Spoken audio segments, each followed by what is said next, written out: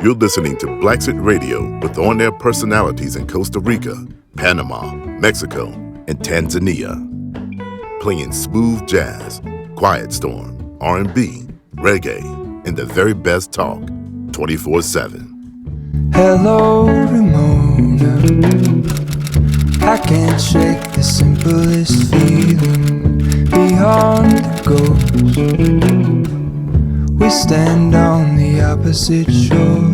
Can you hear me? I can hear you. Can you hear me? Yeah. Good. Hi. Hello. We are at the beginning of rainy season.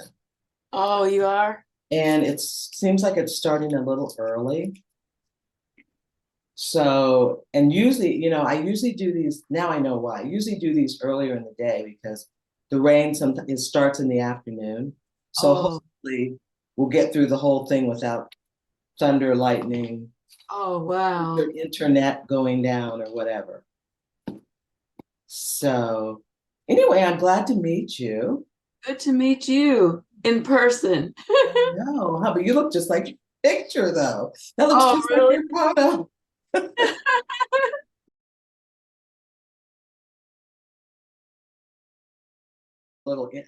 Let's have you introduce yourself first. Okay. And tell us, all about yourself and your family and where you live and all that good stuff. All right. And right now, I live in Fayetteville, North Carolina. My husband, Ellis, and I were here because we had BJ, our son-in-law.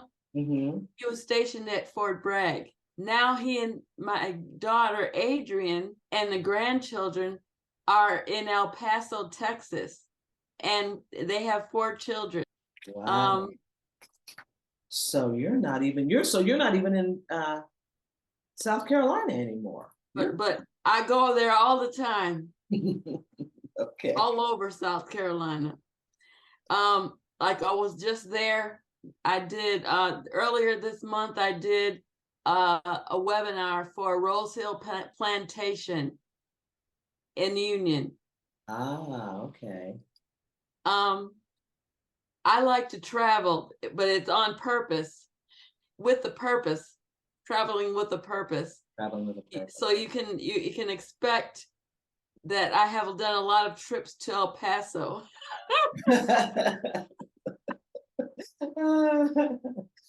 Sure. You'll find out about me things that you would think are work are what you would call a hobby. Okay. Yeah, I understand that. Let's see.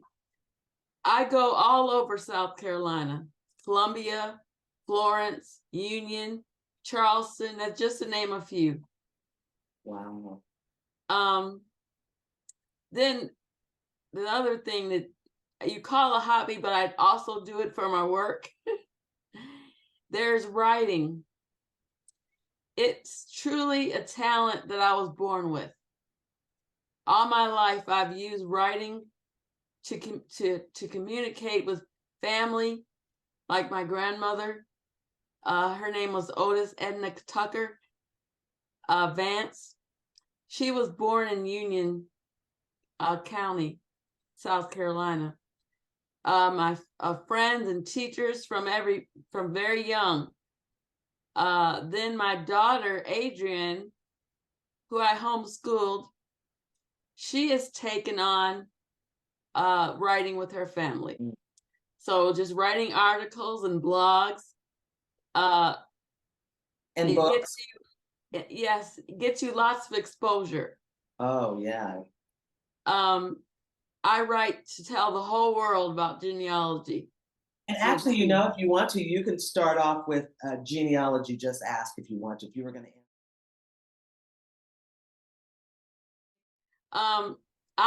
To me, they're one and the same. The genealogy and Genealogy Just Ask.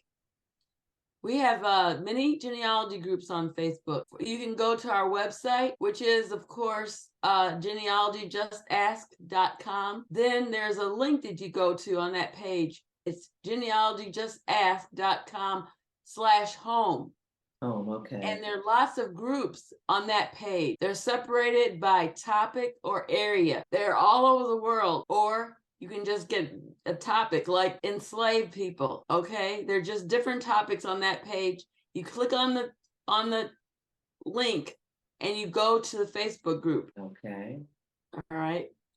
I have a blog. It's the same. You just go to genealogyjustask.com/blog. That takes you to, I put in there things that I'm doing that might interest other people. Right, okay. We also have research tracking forms. You find out about those by going to genealogyjustask.com/research-tracking form. Okay. We have been very successful. You just tell where your ancestor lived, what time period, and if you know the siblings and children. We only charge about $20 an hour. Much better than my private investigator. But so speaking of genealogy, that'll take us right into my next question, which is exactly what is genealogy? I wanted to get a good definition, but I also told a little bit about what it is. Now, number one, it's actually a record or an account of the ancestry and descendant of a person, family, or group. Okay. That was taken from the dictionary.com. Okay, all right. Now, in your scriptures, as far back as the Old Testament, you see families where you see who begat who. Today we have photos and stories to be gathered.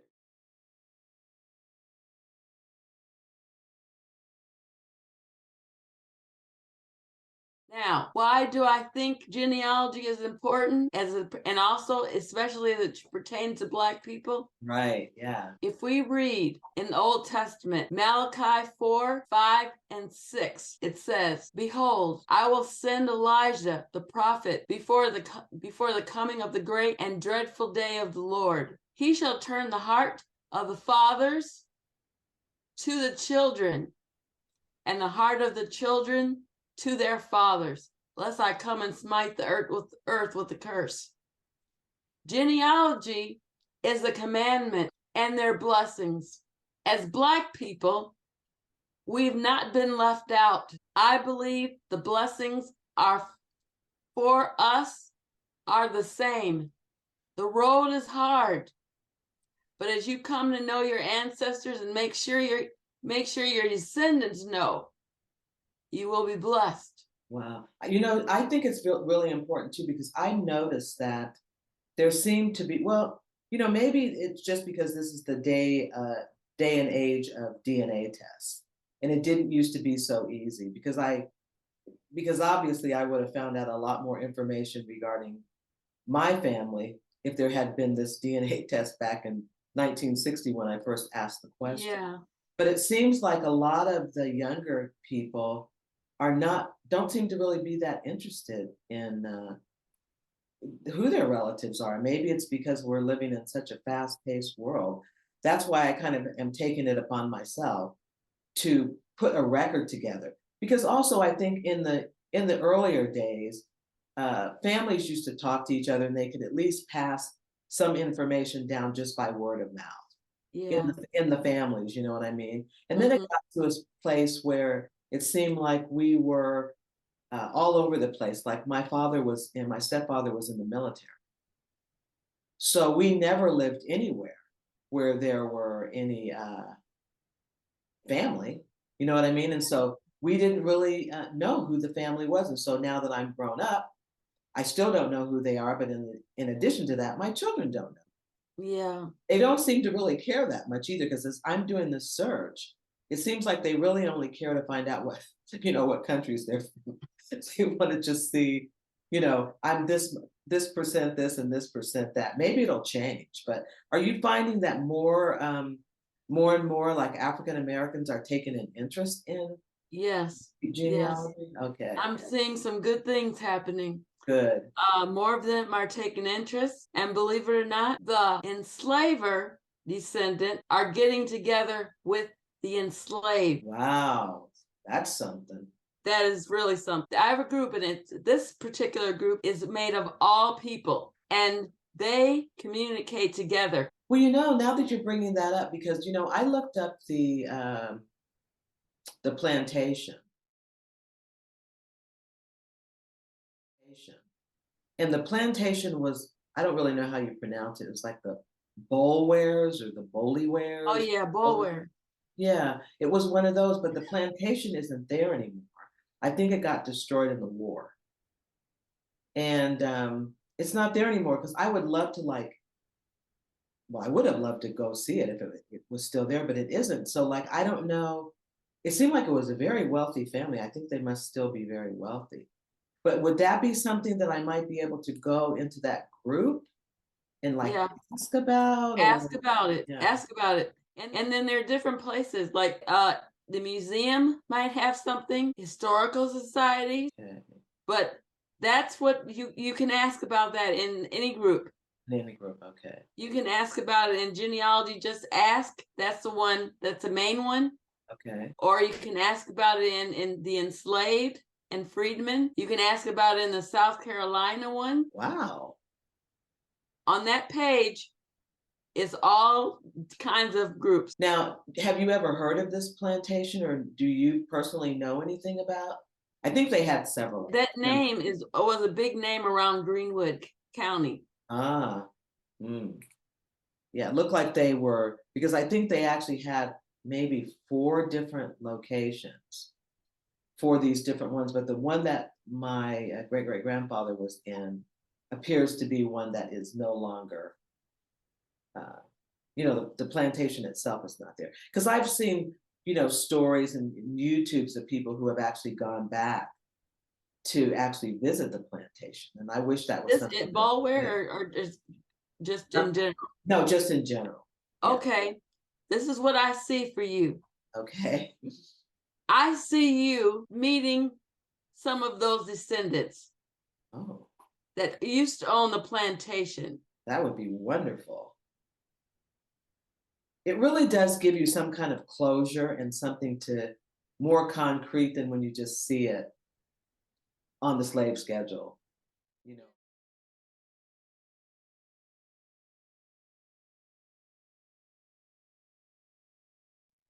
Yeah. Or because you see the family, because that's what I did from your book. I went to just where you told me for the tips. And then I went and looked, and there it was. It was like there would be the Boulware family, they would have their name, and then under that, then eventually they would have all their enslaved people listed. Yeah. Yeah.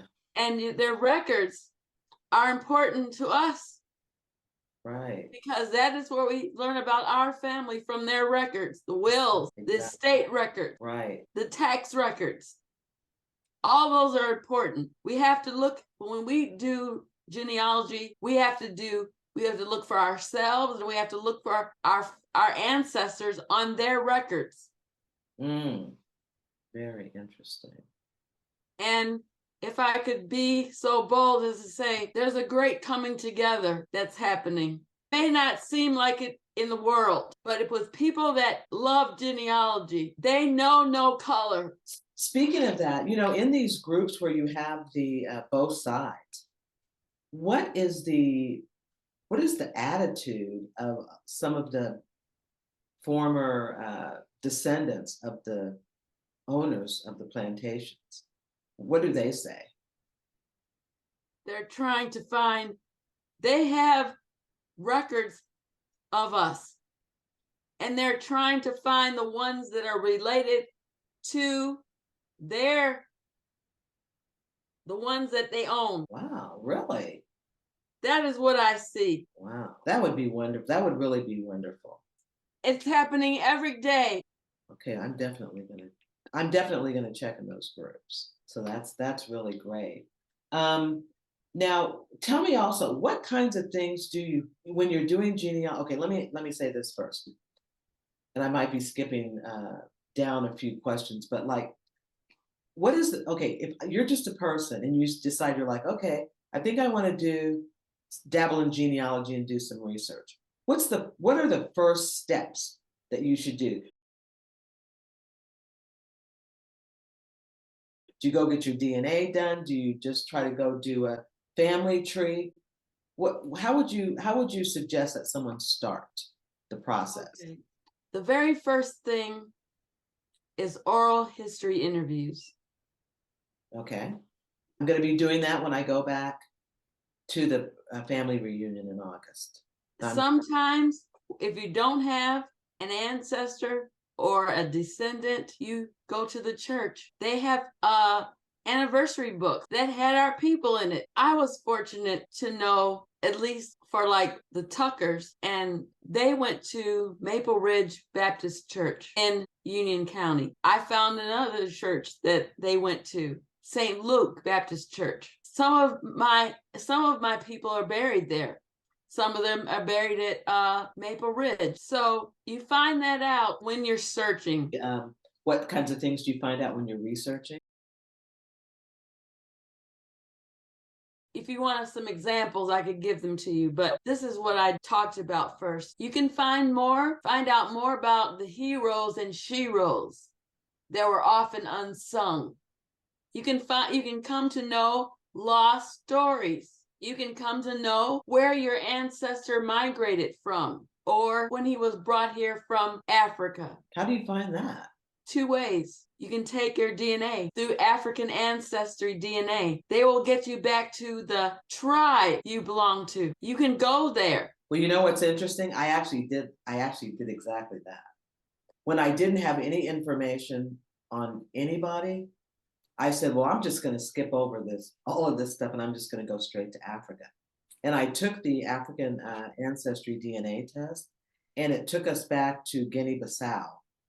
And it was my mother's was 100% Fulani. Wow, wow. And so I went back to Guinea-Bissau, and I actually met a lady that ran an orphanage there, and I teamed up with her, and she was working with a project manager, or he was a missionary out in the bush.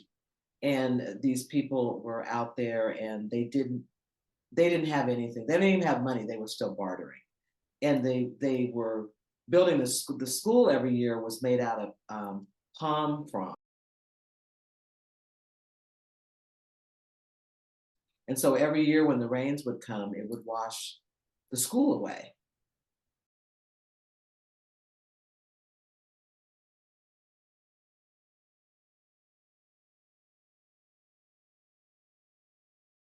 So I volunteered to help them, and I actually put together a nonprofit group, and we built a couple of schools and a well so that the women didn't have to walk for water.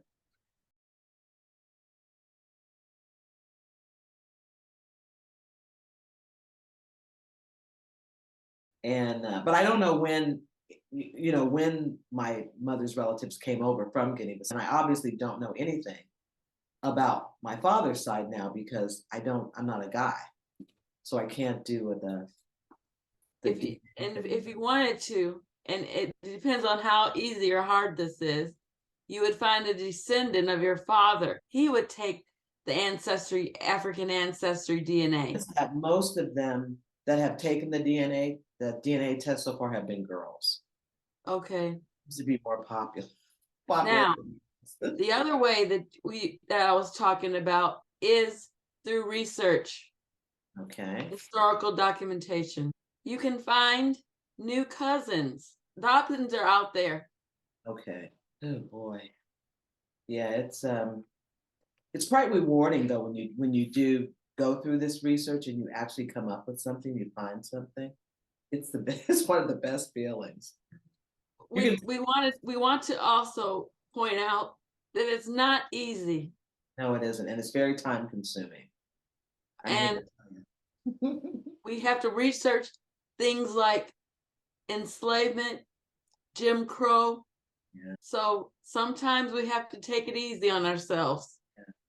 Yes, because when you start thinking about it, when you start looking at all these things and you actually put in your mind that this is actually real, it's pretty sad, It's rewarding when you find it, but it's pretty sad when you think about the life that someone had, that they belonged to someone. Yeah. They get separated and it's very hard.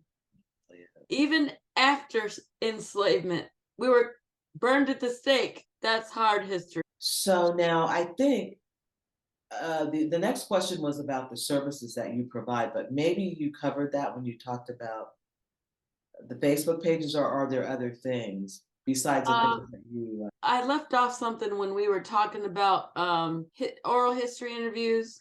Okay. I do have a more recent book out. It's called My Best Genealogy Tips, It's Time to Start. It's at Amazon. It's just a little book about this thick. It goes through oral history interviews, starting an online family tree, historical records, finding assistance, sharing what you know, but it helps other people find their family. It's only $8.99. I think that's the one that I got that helped me with the slave schedules. And there was the one that I did earlier in last year, my best genealogy tips, finding formerly enslaved ancestors. Oh, okay. That must be the one I have. Because see, I don't have the book because I'm in Costa Rica, so I have it on Kindle. But that might be the one. So there's another one. Whoa. Yes. That's great. And that sounds like that would be really good for people that are starting. Yeah. To help them along to get started on the journey, because it's a big undertaking if you don't know where to start. Even putting together the family tree is hard. Yeah. You just take 15 minutes at a time and you complete what you need to complete. Just do 15 minutes a week, I'd say. Right. And you're in good shape. Wow. Okay, that's wonderful. So I'll make sure I note that one down. I mean, the technology that we have out now is different than long ago. It's a lot better than Yeah. I can imagine trying to do this long ago. Even the information that you just get on Ancestry, it has even changed since I was first doing Ancestry, which was quite a while ago. The information that's like available, and they have that service now with the newspapers, although you have to subscribe to that. Yeah. You know what I do? I just pay for it when I'll pay for it for 1 month and use it for 1 month, and then I don't pay for it. I get all I have to get, and then I go on to do something else. Right. Okay. And then I find another group of people, and I pay for it. That's a great tip. I didn't know you could do that. I thought it would. And it's only $7.99. That's a month. That's wonderful. That's affordable. Yeah. It's the ancestry.com website that's a little expensive. Yeah. And okay, so now you have some other books besides those two books, right? Yes, all other books I've done for my family. And they're not out there. Okay. All right. So it's these two books that are out? Yes. Ones are the best ones that can help people to do their own search. And I'm coming out with another one. I'm in the process of writing it. It's supposed to replace the other one that I have out, My Best Genealogy Tips, I think Quick Keys or something. But don't get it because a new one's coming out. Okay. Thanks for the tip. Yeah, don't buy it because a new one's coming out. And it has everything that book had. Okay. And so when I got the book, the thing that I was really trying to do was to find the slave schedules, because I knew that, I was hitting the wall, where 1865 or whether you can't find, I guess you can't find the 1860. No, the 1860 doesn't have, it only has the free people. Right, exactly. And then the other people started, we started recording them in 1880. Okay. But there are other records before 1870. What are those? The 1869 census for South Carolina. I think it's 1868 militia record for South Carolina. Okay. The agricultural census. Now, okay, so what's that one show? That shows what they were growing or producing. So you have to look up, I imagine you have to look up like I have the Bulwer or whatever. You will look up that Yeah. And then they would say what they were growing. Okay. It's a whole page of stuff.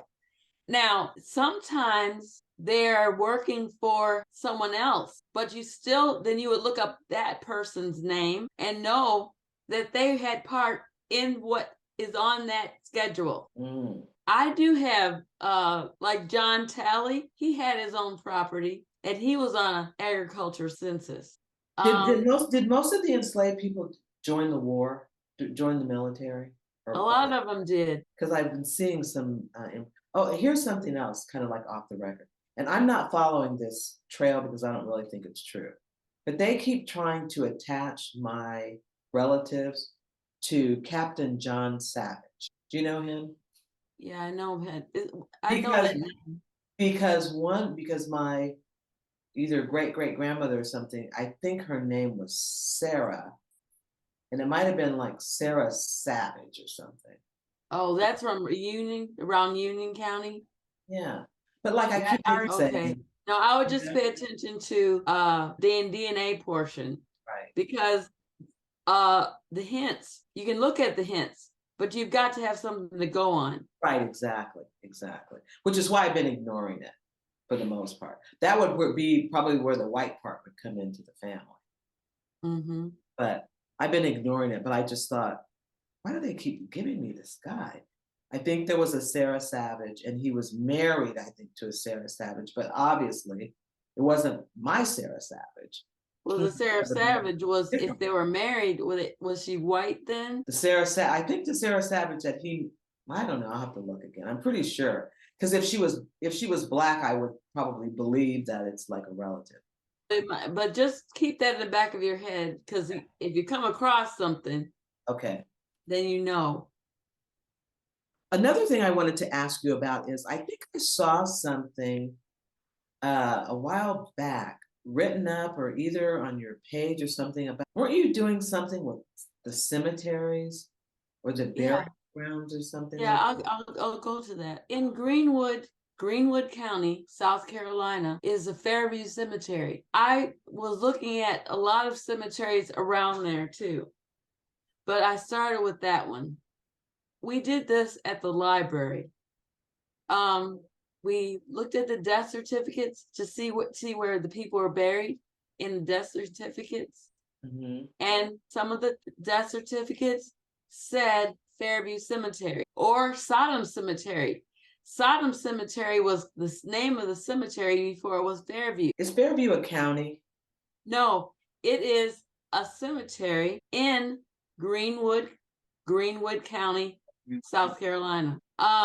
What's interesting is that we got 800 graves, 800 burials, and we put them on Find a Grave. There were only about 70 on Find a Grave. We were out there and we dug up that whole place. Wow. There were people out there that weren't on any other record, or we didn't find the people that were out there, but they had a death certificate. And we knew that they were there from the death certificate. Was this cemetery, because I think when I was reading, a lot of the cemeteries were attached to the church. No, this one was not attached to the church. Okay. All right. Did it have black and white people? Or was it just a us cemetery? This cemetery was owned by a Chinese man. Oh. He married a black woman. They had children. He is buried out there. Some of those children are buried out there. Was the cemetery just like forgotten about and like overrun and it was just there? Or was it, the trees were tall way in the sky. Wow. And from the street, that's what it's like. Wow. Now, we couldn't get enough people come help to keep it up. In 2016, I had a stroke, but we had put them on Find a Grave.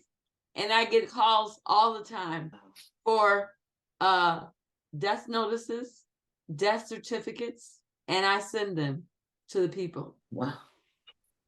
Wow, that's wonderful. Where do you find the death certificates? Because I looked, like, it'll say like death, and I could never find any records of, well, I did find some deaths, but they were like later, like in the 1930, like more Yeah, recent. well, 1915 is when they began taking death certificates. But that newspaper had the death notice before 1915. The regular newspaper for Greenwood, South Carolina. Now, this is interesting.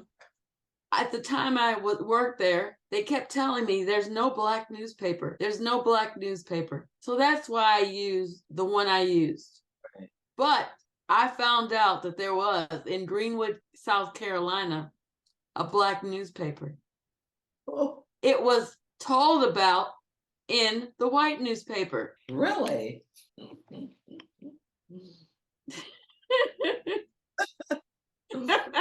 A great place to find it. Oh my goodness.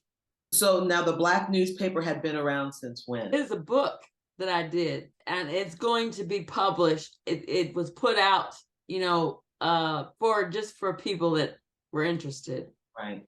But now someone wants it, so I'm going to publish it. It had the ministers of Fairview, and some of the ministers were on the paper. And since I was mentioning that my great-grandfather was a minister, Mm-hmm. but I don't know what church. Maybe if I could figure out what church he was in. There's some places I would check. Okay. The Library of Union, the Carnegie Library of Union, and they donated records to the museum. Those two places I would check.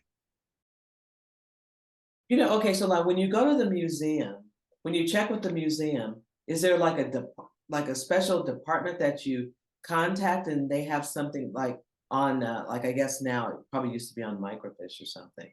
Now it's recorded electronically, or where's the information? Let me see. Isn't it interesting how they butchered the spellings of the names? Yeah, it's terrible. Goodness. And I don't mind looking because I spend lots of hours. I'm up all late at night because once you get into it, and then you start clicking on things, and then you all of a sudden you find something else and you're off. Yeah, I know. And it's like 2:00. It's like, well, I have to go to bed. As we spoke about before, I think people have a renewed interest. Yeah. In this topic, and I think too, especially like for African Americans, because we're like people without a home. Yeah. And we have nothing, which is why I just jumped to Africa, because it was like, forget it. I'm like, I can't go. I had already had the family tree, but I couldn't get past 1865 or what. I'm like, I'm not going to get anything over there. I wasn't going to get anything from my mother. After she died, everybody said they didn't, all the relatives started dying. And before that, they just told me they didn't know anything. Mm-hmm. They didn't know anything. Well, when you go through my book, the second one, It's Time to Start, I show you how you want to use Family Search and Ancestry. But I just started the Family Search one. But I noticed it seems like it picks up from. Yeah, see, they've got ancestors. different records. See, Yeah. Ancestry has different records than Family Search, and they have the same. Right. Because I know I would put somebody in, it would just pop up. And I was like, well, I didn't even have to ask you the question. But I don't have a tree. Do they have a tree for Yes. family? See, I didn't do it because I was what like, you want to do, that's why that book is good. What you want to do is you take your oral history interviews and your oral history, and you start your tree. Don't worry about what you don't have. Okay. When you get that done, I'm telling you this, but you go to, for example, you go to any person on Family Tree, and you look them up from the person view. You look up Family Search, you'll see what they have, and they'll add it to the tree. Okay. Then it gives you a spot to look up Ancestry, and it gives you a lot of spots, a lot of things to look up. You can even look that up at Family Search. Oh, also, since we're talking about this, what's the wiki search? It's at Family Search. and when you go to family search, you click on search, then you click on the big list that comes up. At the bottom of the list, you click on Research Wiki. Search Wiki for any place in the world that you want. And you have historical records that you can go get right from the wiki. Wow, really? Yeah, that's what everybody should use. Wow, that's great. You don't have to worry about where to find things. Okay, well, I'm getting right on that one too. Cool. But look at my video and that will show you how to use it. Okay, wonderful. I will do that. Boy, Robin, this is great. You have given me so much information and so many resources, because I'm the only one that's doing this. Mhm. And so I don't have anybody to really ask. You know what I Mhm. mean? And I'm just trying to, like, okay, I'm over here and I'm like, I have a question about this, or I'm just guessing. What does this mean? Or, like, whatever. But the estate record, when the enslaver dies, have the enslaved listed with the price. Then you also have bills of sale. See, you want to identify your family during that time. That helps you get back to enslavement. Right. You have to pay attention to the enslaver as well as the enslaved. Right. That makes sense. Okay. I have all the website, the Facebook, Instagram, the Twitter, the purchase book. So I think we're good there. Talk to me personally. Uh-huh. They can just use Facebook. Okay, the messenger. My Facebook profile. Oh, okay. I think I joined that Black Sit. Oh, you did? Oh, yeah. I was up. I watched a few of their episodes on it. Thanks. Yeah, it's really interesting. Yeah, having fun with it. I started from the States, trying to help people get, resettled. And then the radio situation came up. We didn't have any station here, and I'm like, oh, okay. So we started the radio station. So that's kind of. I want to come and visit Costa Rica. Come on down. Yeah, I'm here. So just let me know. There's lots of things to do. Okay. It's a great place. We're loving it. Been here 7 years. It's a whole different life. None of that in your ear all day long with the scary and the this. Yeah. If you want any of it, you have to go find it. You know what I mean? Otherwise, you won't know. So it's a nice place to kind of cool out. And you've given me so much information for me to use for, like, resources, and to continue to do my own personal search. Anyway, thank you again, Robin. You're very welcome. Have a great rest of the evening and everything, and thank you again so much for all your time and the resources and information that you gave me today. Okay, thank you too. Let me know when you want to come to Costa Rica. Oh yes, I will. Okay, thank you. Okay, bye-bye.